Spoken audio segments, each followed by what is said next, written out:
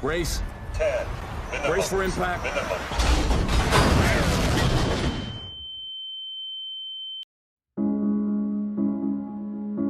14 अगस्त 2005 Cyprus international airport.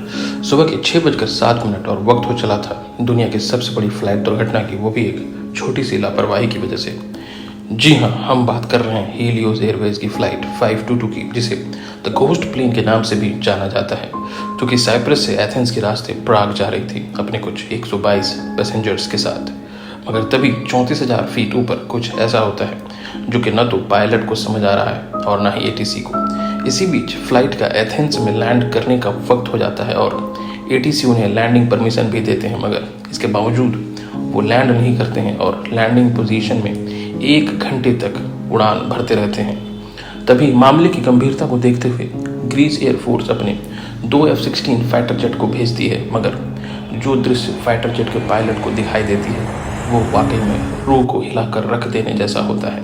Fighter jet के pilots Helios 522 की खिड़की से अंदर देखते हैं और वो ये देख पाते हैं कि प्लेन के अंदर सारे लोग मरे हुए हैं। और सबसे बड़ी चौंकाने वाली बात यह थी कि कॉकपिट के अंदर 2 पायलट में से सिर्फ एक ही मौजूद होता है। तो सवाल हर किसी के जहन में ये था कि अगर कॉकपिट में कोई भी नहीं है तो प्लेन को उड़ा कौन रहा था और ये प्लेन पिछले 1 घंटे से उड़ कैसे रही थी।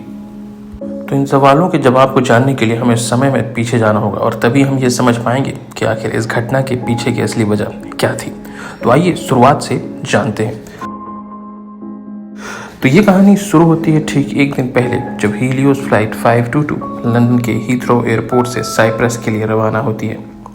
कुछ तकरीबन 15 मिनट की उड़ान के बाद एयरप्लेन के पैसेंजर्स को कुछ अजीबोगरीब आवाज़ सुनाई देती है और वो काफ़ी ज़ोर से, जैसे कोई दरवाजे पर किसी चीज़ से पीट रहा हो। इस बात को फ्लाइट में मौजूद क्रू मेंबर्स नोटिस करते हैं। फ्लाइट लैंड होने के बाद पायलट को रिपोर्ट करते हैं।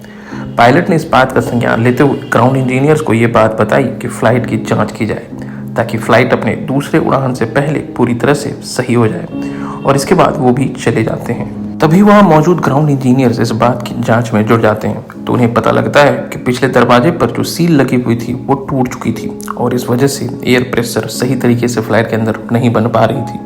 तभी उन्होंने इस चीज़ को सही करने के लिए फ्लाइट में मौजूद ऑटोमेटिक एयर प्रेशर स्विच को मैनुअल में सेट कर दिया। ये प्रेशर बटन का इस्तेमाल प्लेन को ठीक करने में किया जाता है जब प्लेन एयरपोर्ट में लैंड किया हुआ हो।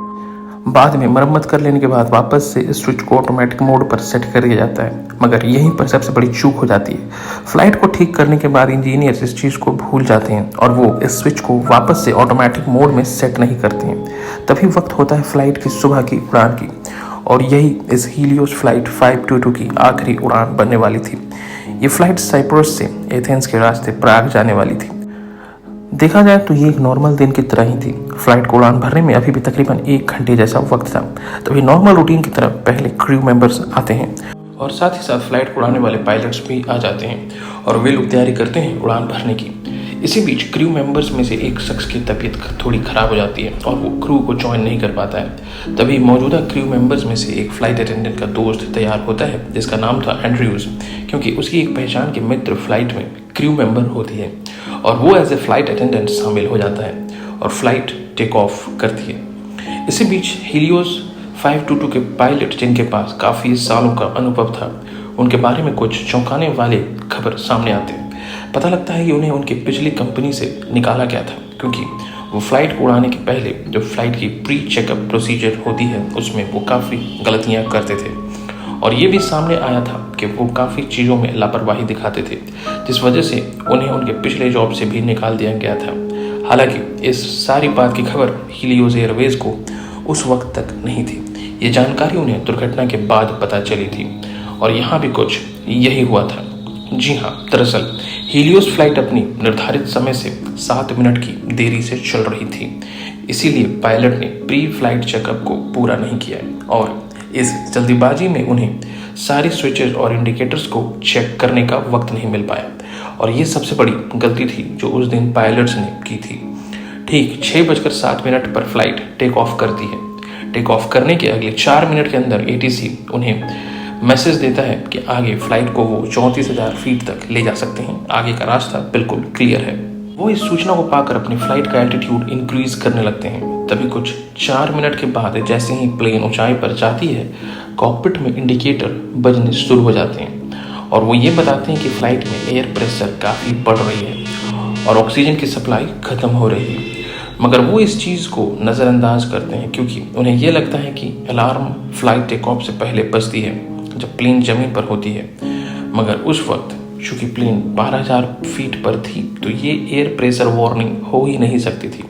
ज़रूर इसमें कोई खराबी होगी तभी ये गलती से बज रही है और वो फ्लाइट को और ऊंचाई पे ले जाने लगते हैं। तभी 3 मिनट के बाद एक बार फिर से अलार्म बजने लगती है और वो ये बताती है कि फ्लाइट में एयर प्रेशर कम हो रही है और ऑक्सीजन मास्क की ज़रूरत पड़ने वाली है। तभी पायलट ने साइप्रस एयरपोर्ट के ग्राउंड स्टाफ को कॉल लगाया और उन्हें बताया कि फ्लाइट में टेक ऑफ अलार्म बज रही है। तभी ग्राउंड इंजीनियर्स ने भी इस बात को कंफर्म किया कि टेक ऑफ अलार्म 12,000 फीट पर नहीं बज सकती है। तब इंजीनियर्स को कुछ शक होता है और वो ये पूछते हैं कि क्या फ्लाइट का प्रेशर स्विच ऑटोमेटिक मोड पर सेट है, पर इसका उन्हें कोई जवाब नहीं मिलता है। इंजीनियर्स काफ़ी बार पूछते हैं कि क्या प्रेशर स्विच ऑटोमेटिक पर सेट है, मगर उन्हें कोई जवाब नहीं मिलता है। इस चीज़ पर वो ये सोचते हैं कि शायद पायलट को प्रॉब्लम का सलूशन समझ आ गया होगा और वो कॉल को कट कर देते हैं। मगर सच कुछ और था। दरअसल ऊंचाई बढ़ने और फ्लाइट में ऑक्सीजन की मात्रा कम होने की वजह से पायलट हाइपोक्सिया के शिकार हो चुके होते हैं। क्योंकि फ्लाइट में पैसेंजर्स के लिए ऑक्सीजन मास्क खुद ब खुद नीचे आ जाते हैं, परंतु पायलट को ये काम खुद से करना होता है और वो उस बात को समझ ही नहीं पाए थे कि ऑक्सीजन कम हो चुका है और वो पूरी तरह से हाइपोक्सिया के शिकार हो जाते हैं। हाइपोक्सिया एक ऐसी बीमारी है जो कि ऑक्सीजन की कमी से होती है और हाइपोक्सिया की शुरुआती लक्षण में सबसे पहले आता है किसी भी इंसान को धुंधला दिखाई देना, साथ ही साथ चीज़ों पर संतुलन खो देना और लोगों को मानसिक रूप से चीज़ों को समझने में काफ़ी तकलीफ होने लगती है। तो उस वक्त तक पायलट पूरी तरह से हाइपोक्सिया के शिकार हो चुके थे और सबसे बुरी बात यह थी कि उन्हें इस बात का अंदाज़ा भी नहीं था कि उन्हें हाइपोक्सिया हो रही है। तभी अचानक फ्लाइट के अंदर मास्टर कॉशन लाइट जलने लगती है, जो कि इस बात का संकेत था कि अब फ्लाइट में ऑक्सीजन इतनी कम हो चुकी थी कि ऑक्सीजन मास्क खुद ब खुद नीचे आने लगे थे और फ्लाइट में मौजूदा ऑक्सीजन मास्क में केवल 12 मिनट का ही ऑक्सीजन उपलब्ध होता है।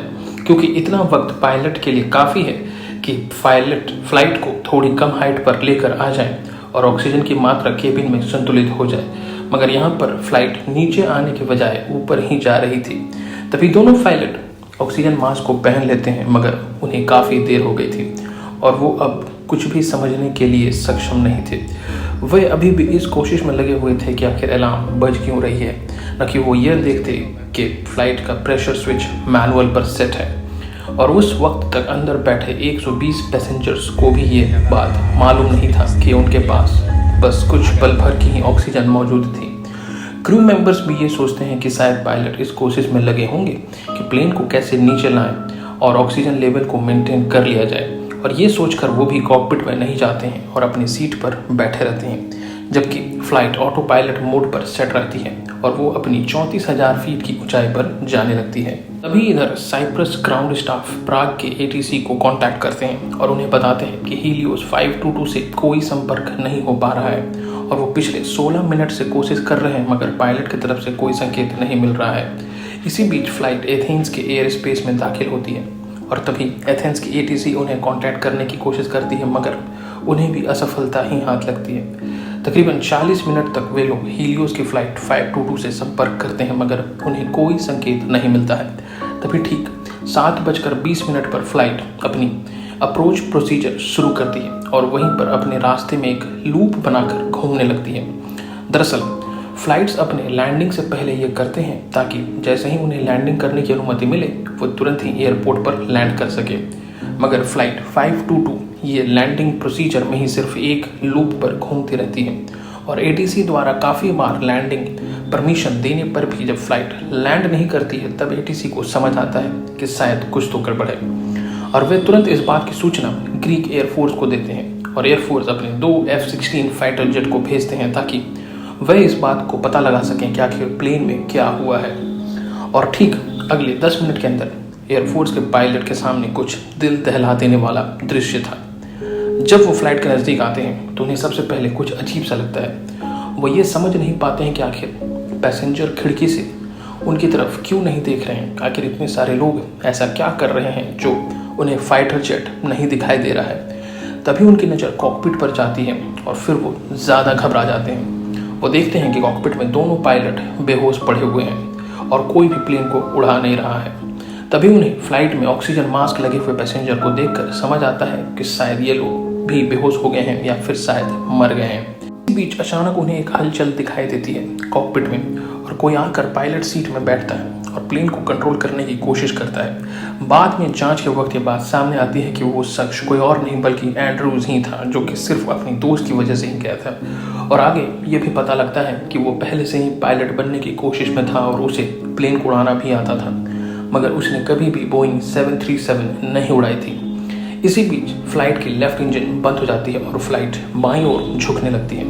प्लेन 1500 फीट पर मिनट की रफ्तार से नीचे जाने लगती है। तभी कुछ देर में प्लेन का दायां इंजन भी काम करना बंद कर देता है और तभी एंड्रियास F-16 फाइटर पायलट की तरफ देखकर नीचे जाने का इशारा करता है। ठीक 9:03 पर फ्लाइट 522 जमीन में क्रैश हो जाती है। शुरुआती जांच में ये बात सामने आई थी कि लोग प्लेन का क्रैश होने से पहले सिर्फ बेहोश थे, मगर उनकी मौत क्रैश की वजह से हो गई थी। और एक सबसे बड़ा सवाल जो हर किसी के पास था वो ये कि आखिर इतना कुछ होने के बावजूद केबिन मेंबर्स क्यों नहीं कॉकपिट के अंदर गए थे, क्योंकि ये बात बिल्कुल साफ थी कि उनके पास ऑक्सीजन तो थी और तुलनात्मक पैसेंजर से ज़्यादा मात्रा में ऑक्सीजन क्रू मेंबर्स के पास होती है, मगर फिर भी वो क्यों नहीं एक बार भी कॉकपिट में गए? क्योंकि अगर वो कॉकपिट में जाते तो उन्हें ये बेहतर समझ आता कि अंदर क्या हो रहा है और वो ATC से रेडियो के जरिए संपर्क कर सकते थे। मगर ये सब सवाल का कोई जवाब नहीं मिल पाया। कुछ हद तक रिपोर्ट्स ये कहते हैं कि शायद क्रू मेंबर्स दूसरे पैसेंजर की मदद कर रहे थे ताकि उन्हें ज़्यादा ऑक्सीजन मिल सके। इन सब के बाद हीलियोस एयरवेज 2006 तक काफ़ी नुकसान सहने के बाद अंततः कंपनी को बंद करने का फैसला लेता है, मगर 2007 में फ्लाइट में मारे गए यात्री लोग हीलियोस कंपनी पर कानूनी मुकदमा दायर कर देते हैं, मगर बाद में यह सब आउट ऑफ कोर्ट सेटलमेंट कर लिया जाता है। इसके बाद साल 2008 में हीलियोस के इंजीनियर्स पर फ्लाइट संबंधी शिकायत दर्ज होती है और उन्हें भी 10 साल की सज़ा सुनाई जाती है, मगर बाद में वो भी जुर्माना देकर छूट जाते हैं। आज ठीक तकरीबन 9 साल हो चुके हैं इस घटना को। आज उस जगह पर जहां पर प्लेन क्रैश हुई थी, ठीक उसी जगह पर उन यात्रियों की याद में एक स्मारक बनाई गई है, मगर लोग आज भी ये मानते हैं कि दोषियों को सज़ा नहीं मिली और कुछ जरा सी छोटी लापरवाही की वजह से इतने सारे लोगों ने अपनी जान गंवाई। तो ये थी कहानी घोस्ट प्लेन की, जो कि बिना पायलट के उड़ रही थी और अनजाने में सारे लोग बैठे बैठे ही मारे जाते हैं। मुझे उम्मीद है कि आपको ये वीडियो अच्छी लगी होगी और अगर आपको ये वीडियो पसंद आई तो इसे लाइक करें, शेयर करें और हमारे चैनल को सब्सक्राइब करें। हम अगले वीडियो में आपसे दोबारा मिलेंगे कुछ और नए अनसुलझे फैक्ट्स के साथ। तब तक के लिए जय हिंद।